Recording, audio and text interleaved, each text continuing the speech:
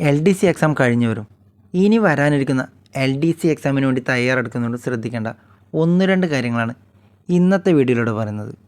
PSC പഠനരംഗത്തേക്ക് ഒരുപാട് പേരുടെ കടന്നുവരവിനും അതുപോലെ തന്നെ ഒരുപാട് പേരുടെ കൊഴിഞ്ഞുപോക്കിനും സാക്ഷ്യം വഹിക്കുന്ന ഒരു എക്സാമാണ് LDC എന്നത്. ഇത്തവണത്തെ LDC എക്സാം കഴിഞ്ഞപ്പോഴും ഒരുപാട് പേരുടെ കൊഴിഞ്ഞുപോക്കിന് സാക്ഷ്യം വഹിച്ചിട്ടുണ്ട്.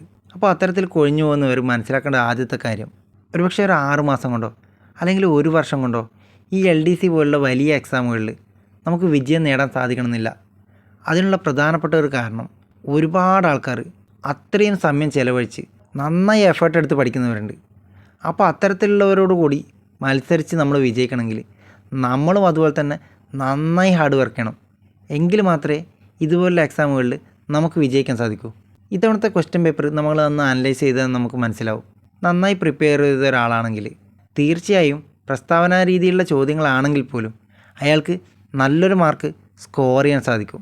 എന്നിരുന്നാലും പ്രസ്താവന രീതിയിലുള്ള ചോദ്യം വന്നതുകൊണ്ട് പലർക്കും സമയം എന്നത് ഒരു വെല്ലുവിളിയായി തന്നെ മാറിയിട്ടുണ്ട്. ഒരുപക്ഷെ ഇത്തവണത്തെ LDC എക്സാമിൽ ശോഭിക്കാൻ കഴിയാത്ത ഒരാളാണ് നിങ്ങളെങ്കിൽ ഒട്ടും വിഷമിക്കേണ്ട കാര്യമില്ല. കാരണം നിങ്ങളുടേതായ ദിവസം ഇനി അങ്ങോട്ട് വരാനുണ്ട്. ആ ഒരു കാര്യം നമ്മുടെ മനസ്സിൽ എപ്പോഴും ഉണ്ടാവണം. ഇത്തവണ LDC എക്സാമിന് നമുക്ക് എന്തൊക്കെ പിഴവുകളാണ് പറ്റിയെന്ന് നമ്മൾ ആദ്യം തന്നെ കണ്ടെത്തണം. അത് കണ്ടെത്തി അതിൽ തിരുത്തി നമ്മൾ മുന്നേറിക്കഴിഞ്ഞാൽ ഇനി വരാനിരിക്കുന്ന എക്സാമുകളിൽ തീർച്ചയായും നിങ്ങൾക്ക് വിജയം നേടിയെടുക്കാൻ സാധിക്കും. ഇനി ഒരു പക്ഷേ ഇത്തവണത്തെ എക്സാമിൽ അത്യാവശ്യം നല്ലൊരു മാർക്ക് കിട്ടിയ ഒരാളാണെങ്കിൽ കട്ട് ഓഫ് പ്രവചനമൊക്കെ കേട്ട് നമ്മുടെ പഠനത്തിൽ അലസത വരുത്താനോ അല്ലെങ്കിൽ പഠനം ഉപേക്ഷിക്കാനോ ഒരിക്കലും പാടില്ല. ഈ കട്ട് ഓഫ് എന്നത് നമുക്ക് ഒരിക്കലും പ്രവചിക്കാൻ പറ്റില്ല. അതിനുള്ള പ്രധാനപ്പെട്ട ഒരു കാരണം, ഇപ്പോൾ അടുത്തിടെ നടക്കുന്ന നിയമനങ്ങളുടെ എണ്ണം പരിശോധിച്ചാണ് റാങ്ക് ലിസ്റ്റിൻ്റെ വലിപ്പം നിശ്ചയിക്കുന്നതെങ്കിൽ തീർച്ചയായിട്ടും ആ ലിസ്റ്റിൻ്റെ വലിപ്പം കുറയാനുള്ള ചാൻസ് ഉണ്ട്. അങ്ങനെ ഈ ലിസ്റ്റ് കുറയുന്ന സമയത്ത് നമ്മൾ ഈ കട്ട് ഓഫ് മാർക്ക് ഒരുപക്ഷെ നമ്മൾ വിചാരിച്ചതിനേക്കാളും കൂടാനും ചാൻസ് ഉണ്ട്. അതുകൊണ്ട് ഒരു നിശ്ചിത മാർക്ക് കിട്ടിയെന്ന് കരുതി ഒരിക്കലും നമ്മളൊരു സേഫ് സോണിലാണെന്ന് ചിന്തിക്കാൻ പാടില്ല. കാരണം ഒരു എക്സാം കഴിഞ്ഞ് റാങ്ക് ലിസ്റ്റ് വന്ന് അപ്പോയിൻമെൻറ്റ് ലെറ്റർ നമ്മുടെ കയ്യിൽ കിട്ടിക്കഴിഞ്ഞാൽ മാത്രമേ നമുക്കതൊരു ഉറപ്പായി എന്ന് പറയാൻ പറ്റുള്ളൂ. അതുകൊണ്ട് നമ്മളൊരു ജോലി നേടിയെടുക്കുന്നവരെ നമ്മുടെ പഠനത്തിൽ അലസത വരുത്താനോ അല്ലെങ്കിൽ നമ്മുടെ പഠനം ഉപേക്ഷിക്കാനോ പാടില്ല. ഒരു ജോലി നമ്മുടെ കയ്യിൽ ഭദ്രമായാലേ നമ്മൾ ഈ കഷ്ടപ്പെട്ടതിനൊക്കെ ഒരു ഫലമുള്ളൂ. ഇനി വരാനിരിക്കുന്ന LDCക്ക് തയ്യാറെടുക്കുന്നവർ ശ്രദ്ധിക്കേണ്ട ഒരു കാര്യം, ഇപ്പോൾ കഴിഞ്ഞ എക്സാം കണ്ടു കഴിഞ്ഞാൽ നമുക്ക് വളരെ എളുപ്പമുള്ളതാണെന്നൊക്കെ തോന്നും. എന്നിരുന്നാലും അടുത്ത തവണ ഇതേ രീതിയിലുള്ള ക്വസ്റ്റ്യൻസ് വരണമെന്ന് യാതൊരു നിർബന്ധമില്ല. ഒരുപക്ഷെ അടുത്ത എക്സാം നല്ല ടഫാണെന്ന് കരുതുക. നിങ്ങൾ അത്യാവശ്യം നന്നായി പഠിക്കുന്ന ഒരാളാണെങ്കിൽ ആ എക്സാം എഴുതുന്ന നന്നായി പഠിക്കുന്ന എല്ലാവർക്കും അതുപോലെ തന്നെ എക്സാം ടഫായിരിക്കും. അല്ലാതെ നിങ്ങൾക്ക് മാത്രം എക്സാം ടഫും മറ്റുള്ളവർക്ക് എക്സാം എളുപ്പമാണെന്ന് ഒരിക്കലും ചിന്തിക്കാൻ പാടില്ല. അപ്പോൾ നമ്മളങ്ങനെ ചിന്തിച്ച് കഴിഞ്ഞാൽ സ്വാഭാവികമായിട്ടും നമുക്ക് എക്സാം ഹാളിൽ നിന്ന് ഈ ആൻസറൊക്കെ കറക്കി കുത്താനുള്ളൊരു മെൻറ്റാലിറ്റി വരും. അപ്പം നമ്മളങ്ങനെ ചെയ്തു കഴിഞ്ഞാൽ നിങ്ങൾ ആ റാങ്ക് ലിസ്റ്റിൻ്റെ പരിസരത്ത് പോലും ഉണ്ടാവില്ല. അതുകൊണ്ട് നമ്മൾ നെഗറ്റീവ് മാർക്കിനെ എപ്പോഴും ഭയക്കണം.